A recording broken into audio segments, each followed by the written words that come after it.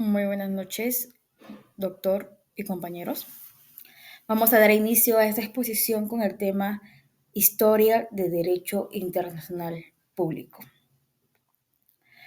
Vamos a empezar con un pequeño resumen que puede definirse como el conjunto de normas jurídicas que regulan las relaciones de los estados entre sí, o más correctamente, el derecho de agentes que rige las relaciones entre los sujetos o personas de la comunidad internacional. Si bien tiene tres funciones, en primer lugar tiene que establecer los derechos y los deberes de los estados en la comunidad internacional.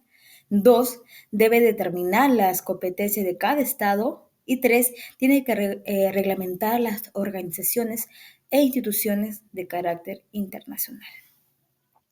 Si bien el tema de hoy, que es el derecho, la historia del derecho internacional público, vamos a ver cómo ha evolucionado el derecho internacional público en su historia, los antecedentes del derecho internacional, la trascendencia del derecho internacional en la Edad Antigua, relación entre el derecho interno y el derecho internacional, sus fundamentos del derecho internacional público, la evolución de la ciencia del derecho internacional, sus nociones básicas del derecho internacional público, la soberanía y el derecho internacional, y entre otros temas también.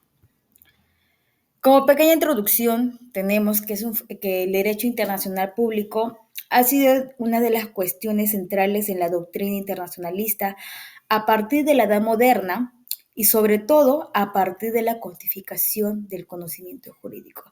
Si bien nosotros queremos dar a conocer en este presente trabajo es el hecho histórico de querer comprender lo jurídico en la historia del derecho internacional público mediante la búsqueda de una razón que justifique la existencia de las reglas jurídicas internacionales.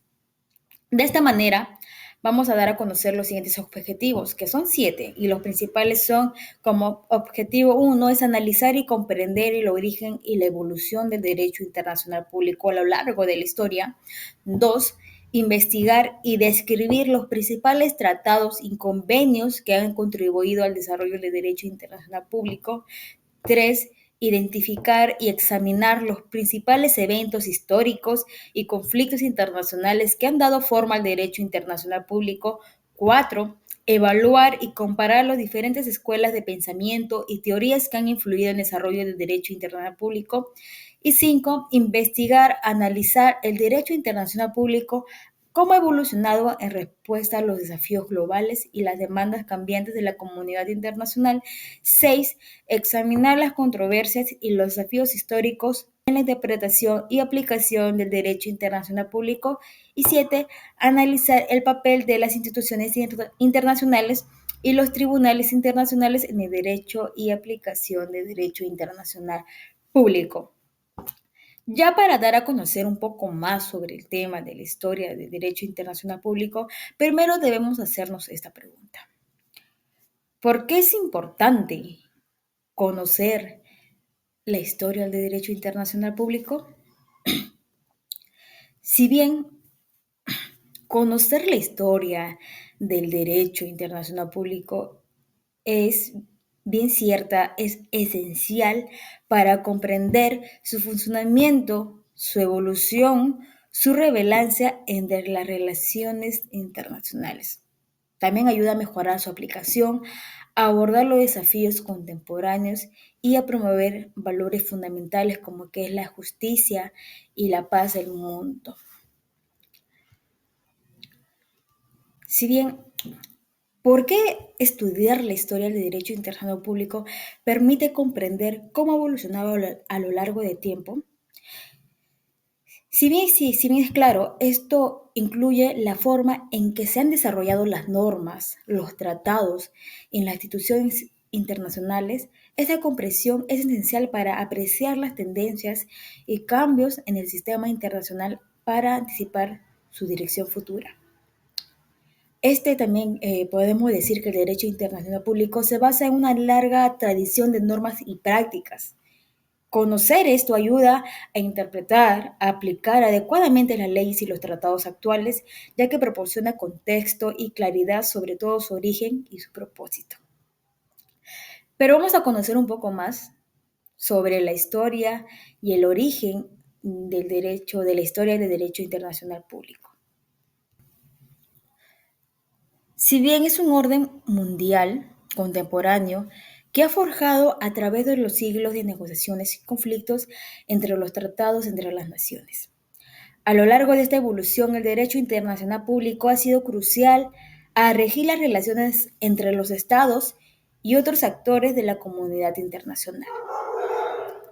Si bien todo empezó con el Renacimiento en los siglos XV y XVI, esto surge con el nacimiento del Estado moderno durante el Renacimiento, cuando la razón y el individuo se situaron en el centro del pensamiento, desafiando la autoridad dominante de la Iglesia y desencadenando la reforma representante del siglo XVI. Stephen Jean Bodin, en el año 1530 y 1596, en el siglo XVI, el jurista francés Jean Bodin introdujo una idea transformadora: que la soberanía posee un poder absoluto y autónomo, perpetuo e indispensable sobre sus súbditos, aunque en armonía con la ley divina. Ya las tensiones religiosas de la reforma y contrarreforma, sumadas a las disputas sucesorias y de la libertad religiosa, desataron aquí la Guerra de los 30 Años en 1618 y en 1648. Aunque comenzó con un enfrentamiento religioso, pronto tomó matices políticos por la lucha de poder. Si bien aquí hizo su ingreso Hugo Grocio, hace aportaciones al derecho internacional público moderno al escribir sobre el estatus jurídico de la guerra, lo que coloca como uno de los exponentes de esta rama del derecho. Pero vamos a basarnos un poco en esa línea del tiempo de la historia del derecho internacional público, cómo ha evolucionado.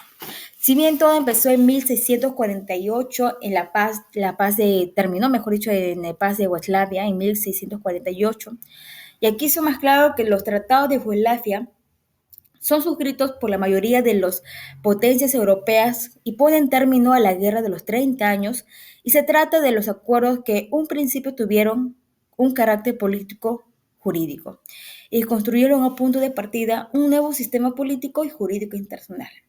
Ya para 1697, los tratados de Ryswick, el tratado colocó la guerra de la Gran Alianza, que enfrentó a Francia contra la Gran Alianza conformada por Inglaterra, España, el Sacro Imperio Romano Germánico y de las Provincias Unidas. En 1711, que fue el Tratado de Utrecht, puso fin a la guerra de la sucesión por el trono de España y tuvo una onda de repercusión en el mundo, pues hizo tambalear el Imperio español, que perdió todas sus posiciones en Europa y benefició de Inglaterra, Francia, Australia, que fue Australia. En 1775, que fue la Revolución Americana, esta revolución estuvo compuesta por dos eventos de guerra de la independencia entre 1775 y 1783 y la reformación del gobierno tal como estableció la Constitución de los Estados Unidos de América en 1787. Esta revolución americana fue un conflicto entre las 13 colonias británicas de América del Norte y también en la madre patria, que fue la Gran Bretaña. Ya en 1789 fue la Declaración de los Derechos del Hombre y los Ciudadanos. Aquí más que todo se define que los derechos naturales imprescindibles, como la libertad, la propiedad, la seguridad, la resistencia y la opresión, reconocen la igualdad de todos los ciudadanos ante la ley y la justicia. Ya para la Revolución Francesa, en 1789 y en 1804, fue un proceso de carácter social y político desarrollando en Francia entre 1789 y 1804. Con ella se conquistó abolir la monarquía y se proclamó la república. Aquí más que todo se logró la libertad y la igualdad de los hombres ante la ley. Marcó el fin de la Edad Moderna y comenzó la Edad Contemporánea. Ya para el Congreso de Viena, en 1815, fue un encuentro internacional celebrado en la ciudad austríaca de Viena, convocado con el objetivo de establecer las fronteras de Europa tras la derrota de Napoleón I y reorganizar la reforma de las ideologías políticas antiguo régimen. Ya el Tratado de París, que es en 1856, dio por finalizada la Guerra de Crimea, en la que Rusia enfrentó contra el Imperio Otomano, Francia y Reino Unido y Piamonte. Si bien el tratado firmado, que fue el 30 de marzo, convertía el Mar Negro en un territorio neutral, prohibiendo el paso a los buques de guerra y la presencia de fortificaciones y armamento en sus orillas. Aquí el tratado se puso en duro revés para la influencia de Rusia en la religión. Ya para 1889, que fue la Conferencia de la Paz, primera convocada por el zar Nicolás II de Rusia, celebró el 18 de mayo de 1899 con el objeto de tratar a las principales naciones del mundo, el mantenimiento de la paz mundial, reducción del armamento y legislar para conseguir soluciones pacíficas a las infracciones entre países. En la Primera Guerra Mundial, que fue en 1914, los verdaderos factores que desencadenaron la Primera Guerra Mundial fueron el intenso espíritu nacionalista que se extendió en Europa a lo largo del siglo XIX y comienzos del XX. La rivalidad económica política entre las distintas naciones y el proceso de militarización y vertiginosa carrera armamentística que caracterizó a la sociedad internacional en el último tercio del siglo XIX a partir de la creación de los dos creación de los sistemas de alianzas enfrentadas.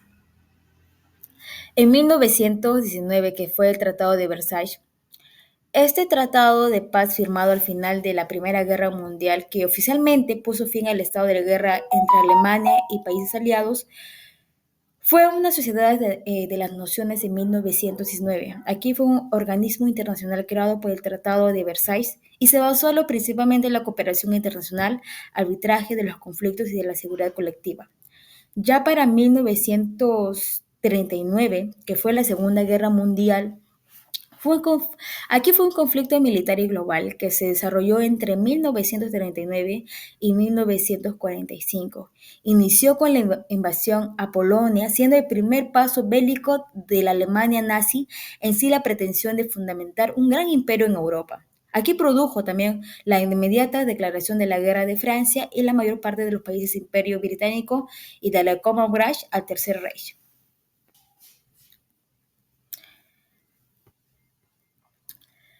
Si bien en 1945, en la Organización de las Naciones Unidas, tras el final de la Segunda Guerra Mundial, la Sociedad de las Naciones Unidas fue disuelta el 18 de abril de 1946, siendo sucedida por la Organización de las Naciones Unidas. Se define como una asociación de gobierno global que facilita la cooperación en asuntos como el derecho internacional, la paz y la seguridad internacional, el desarrollo económico y social y los asuntos humanitarios y los derechos humanos.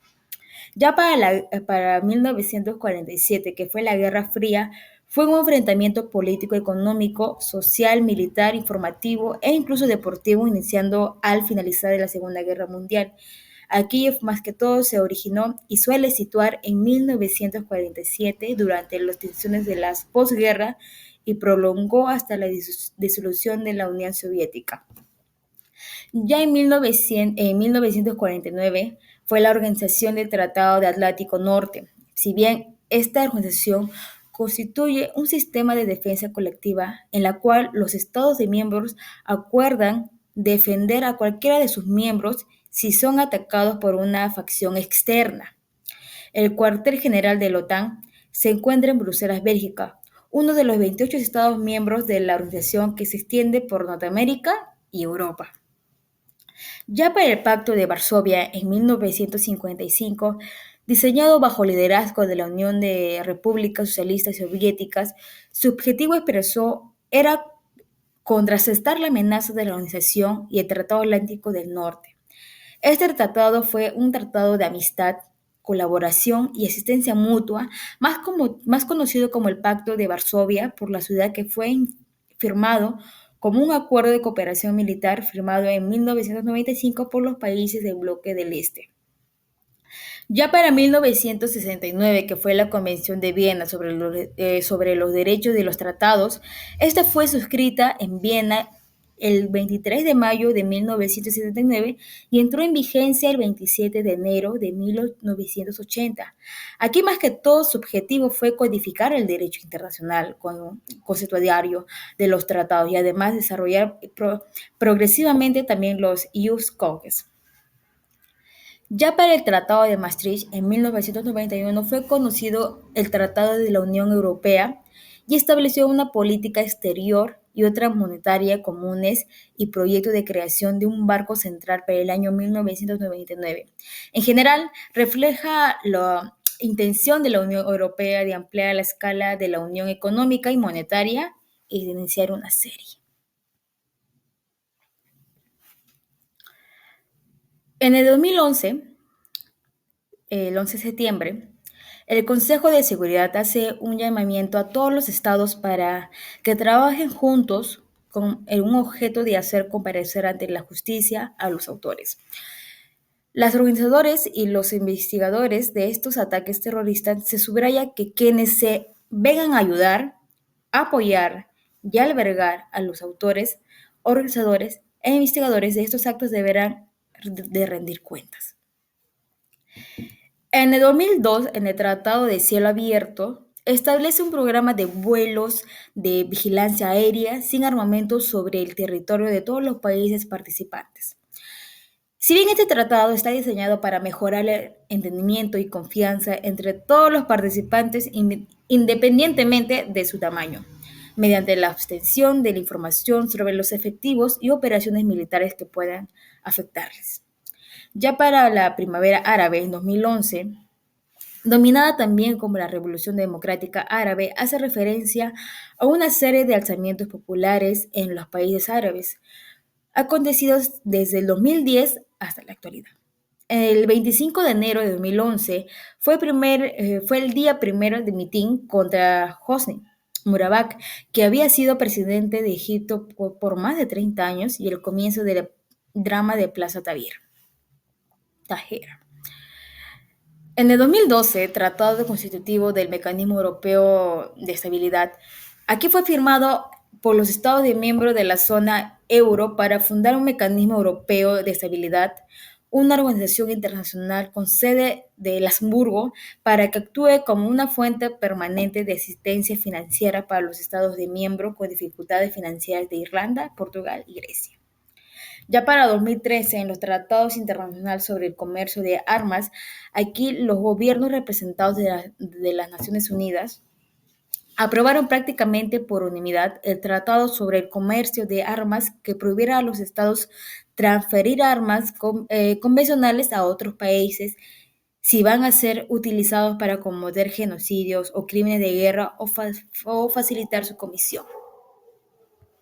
Continuando con la exposición. Como ya lo mencionó por mi compañera antecesora, que nos explicó cómo son los orígenes del derecho internacional público y los antecedentes del mismo. En ese contexto vamos a hablar sobre la trascendencia del derecho internacional público y qué factores llevaron a cobrar esta relevancia del derecho internacional hasta la actualidad.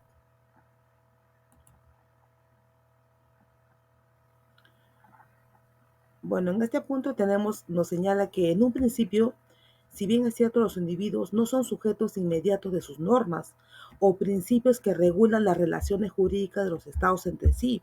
Entonces, al hablar de estos, nos estamos refiriendo a ellos como únicas entidades del derecho internacional público, ya que para entonces las organizaciones internacionales y las personas particulares, entre otras, no formaban parte del mismo.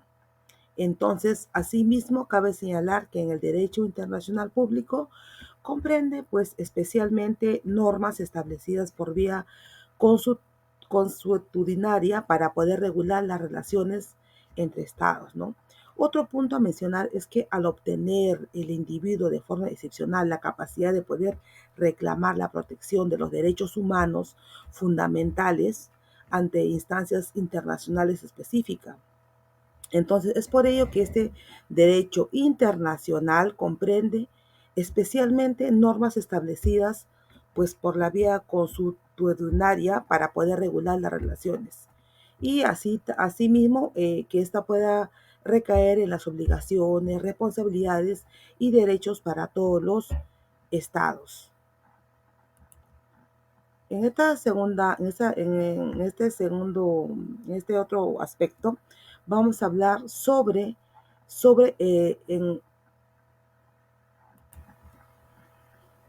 bueno, ahora vamos a hablar sobre las tendencias que han contribuido a replantear la subjetividad internacional.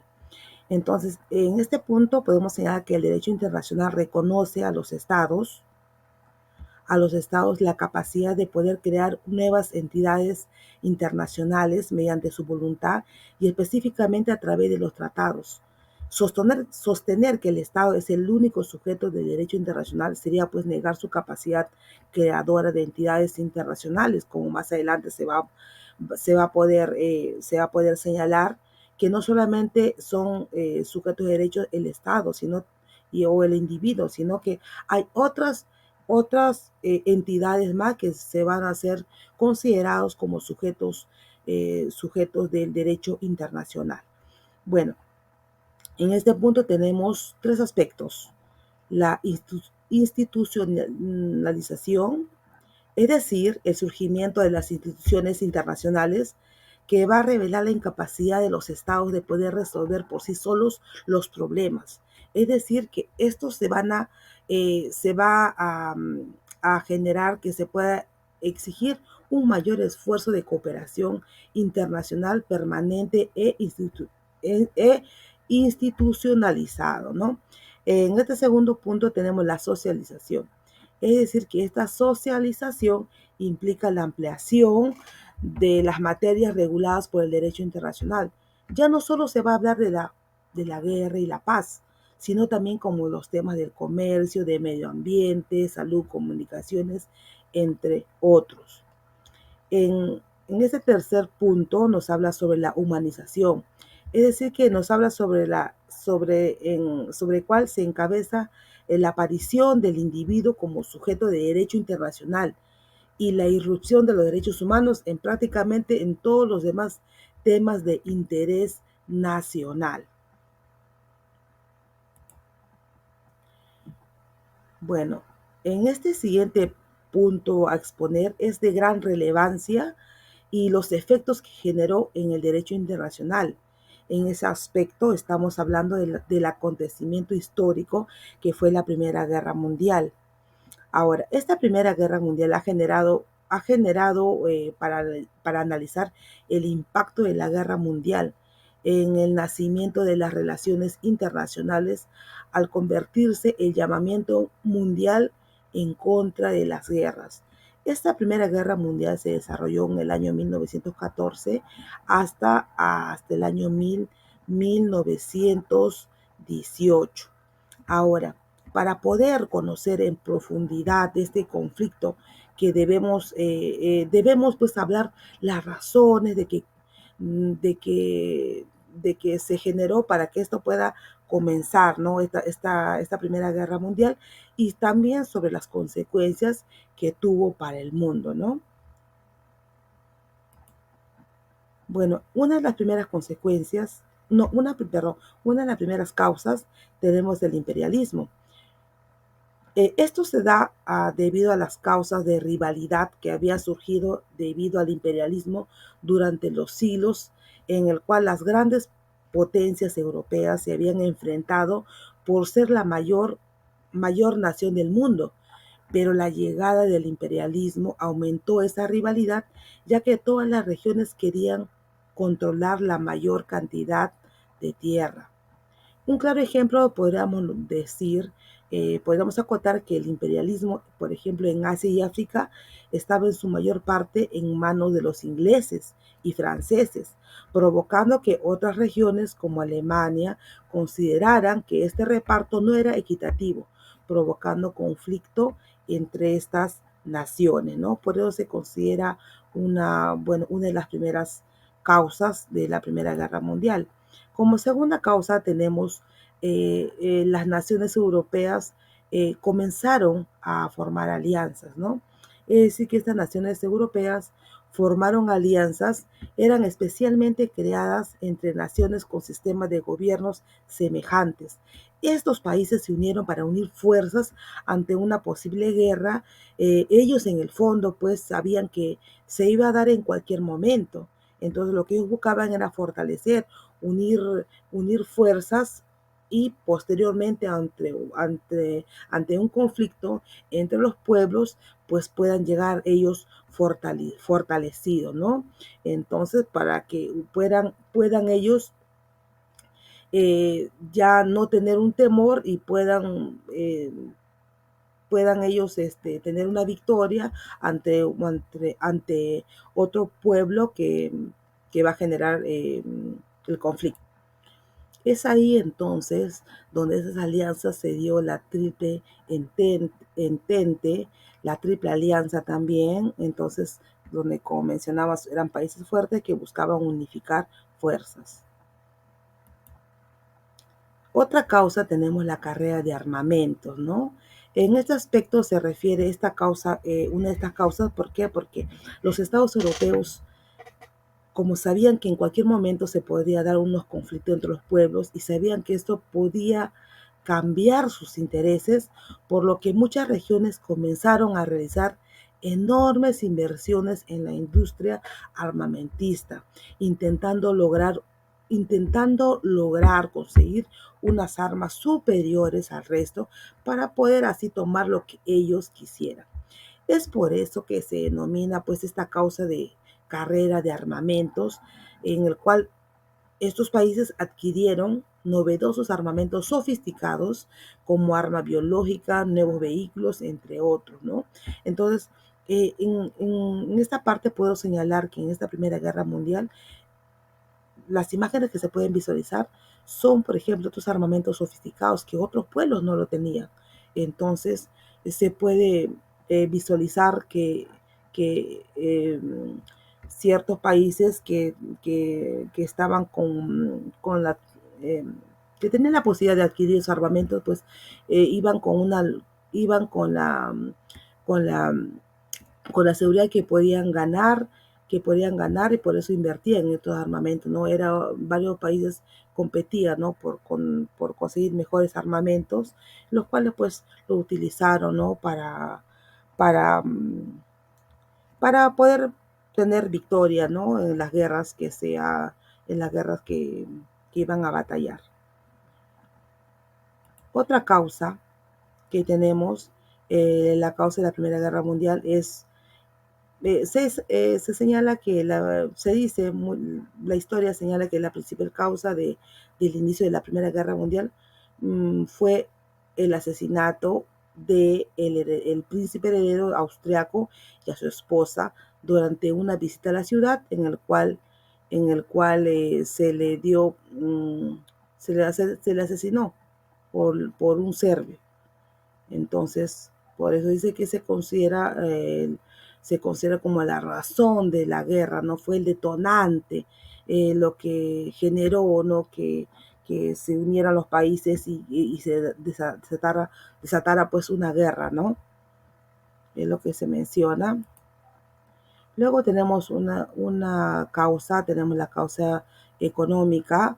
Esta se refiere a que esta causa económica generó pues la importancia de la industria, la cual se había convertido pues en un elemento económico del mundo a través de la revolución industrial, a través de la maquinaria de esos aspectos. Entonces, causando que hubiera un enfrentamiento entre las naciones por contar con la industria más poderosa. El surgimiento de estas industrias emergentes como Estados Unidos o Japón provocó temor en los europeos, que veían cómo estos nuevos estados progresaban velozmente. Ninguna nación europea pues quería quedarse atrás, así que surgió una fuerte rivalidad entre los europeos por mantener una industria más poderosa que las nuevas naciones emergentes. Bueno, ¿cuáles son las principales consecuencias de la Primera Guerra Mundial? Las principales consecuencias de la Primera Guerra Mundial son las grandes perdedoras, fueron las monarquías como Alemania. Asimismo, el mapa tuvo muchos cambios debido a que países derrotados tuvieron que ceder territorios, como Alemania, que cedió porque Alemania perdió territorios debido a la guerra que sostuvo con otros estados. Entonces también la participación, que es que los participantes de la guerra que perdieron enormes pérdidas económicas. Asimismo, asimismo también los alemanes pues firmaron unos acuerdos, unos tratados que tenían que cumplir para evitar conflictos posteriores. Al finalizar esta Primera Guerra Mundial, pues se dio con la creación de la Sociedad de Naciones, la Sociedad de Naciones. El 10 de enero de 1920 se fundó la Sociedad de Naciones sobre las ruinas que la recién acabada Primera Guerra Mundial. Esta creación de las Naciones Unidas fue promovido por el entonces presidente Woodrow Wilson, que ya no quería que se vuelva a repetir estos actos horrorosos que dejó devastada a muchas ciudades en esta Primera Guerra Mundial. Es entonces que el derecho internacional adquirió protagonismo al ser considerado como causa subyacente de la Primera Guerra Mundial. Y con esta creación pues se buscaba evitar las guerras y promover la paz entre los pueblos. ¿Cuáles son las características de esta Sociedad de Naciones? Podemos señalar que consta con 26 artículos que constituyen el Pacto de la Sociedad de Naciones. Su misión principal es la de poner de acuerdo a las partes siempre que el choque inevitable de las ambiciones y de los intereses nacionales amenace con convertir a los pueblos en adversarios. También se acepta acuerdos de no recurrir a la guerra. Asimismo, mantener a la luz del día relaciones internacionales fundadas sobre la justicia y el honor. Otro punto es observar rigurosamente las prescripciones del derecho internacional. Asimismo, hacer que reine la justicia y respetar todas las obligaciones de los tratados en las relaciones mutuas de los pueblos organizados. Bueno, en esta diapositiva, pues vamos a hablar sobre la Segunda Guerra Mundial que se dio en el año 1939 hasta el año 1945. Bueno, esta Segunda Guerra Mundial ha sido el conflicto armado más devastador de la historia de la humanidad. Las pérdidas en vida fueron tremendas. Se calcula que entre 55 y 60 millones de personas murieron durante los 6 años que duraron los enfrentamientos armados que se extendieron por todo el mundo, desde Europa hasta Asia y desde África hasta Oceanía. Ahí pueden visualizar los países involucrados en la Segunda Guerra Mundial. Tenemos ahí los países aliados como Francia, Inglaterra, Estados Unidos, la URSS. ¿Cuáles fueron las causas de esta Segunda Guerra Mundial? Bueno, en primer lugar tenemos el Tratado de Versalles. Entonces se señala que el conflicto estaba literal en el Tratado de Versalles, con el que, si bien es cierto que con ese tratado se puso fin a la Primera Guerra Mundial, pero ese tratado, lejos de buscar un acuerdo, generó más bien un deseo de venganza por las injusticias que se dieron para algunas de las potencias, concretamente pues a Alemania, ¿no? Que no estaba de acuerdo con lo que se había acordado con ese tratado. Sentía que era sentía que era un trato humillante hacia Alemania. Luego tenemos también otra causa, sea las consecuencias de la Gran Depresión económica, ¿no? En el cual había un debilitamiento de los regímenes democráticos y de la economía europea, ¿no? A esto básicamente se está refiriendo estas causas de la Segunda Guerra Mundial. ¿Cuáles son las consecuencias de la Segunda Guerra Mundial? Bueno, tenemos consecuencias demográficas, consecuencias económicas y consecuencias, consecuencias muy demográficas sociales también que vamos a señalar. Bueno, en primer lugar, esta consecuencia demográfica se está refiriendo en el cual a través de esta Segunda Guerra, en el cual se produce la muerte de 40 a 50 millones de personas. Entonces, esta mortandad generalizada tuvo varias causas. En primer lugar, el uso de armamentos que eran cada vez sofisticados, como lo mencioné anteriormente. Se usó armas biológicas, se usó eh, eh, armamentos que no, muy sofisticados. Entonces, asimismo, esos armamentos pues se daba pues a través de un bombardeo pues masivo a las ciudades y campos en el cual pues morían muchas personas, muchos civiles y también muchos combatientes, ¿no? Asimismo, también esto generó una hambruna crónica de la población, sobre todo en el ámbito infantil, y las políticas masivas de los exterminios civiles, ¿no? Ahora también el gran desplazamiento de la población, ¿no? Este aspecto es muy importante porque aproximadamente unos 40 millones de personas se desplazaron forzosamente de su lugar de residencia anterior a la guerra, dando lugar en muchos casos a un cambio radical en el mapa étnico de grandes áreas, especialmente en Europa Central. Luego tenemos las consecuencias económicas, ¿no? Entonces podemos ver que hay una destrucción material de ciudades, puertos, caminos, líneas ferroviarias e industrias que no dejaron casi nada en pie. Asimismo, es relevante señalar que también la destrucción material provocada por la bomba atómica en Hiroshima, ciudad que sufrió los efectos de la contaminación de la radiación nuclear y su reconstrucción pues llevó décadas.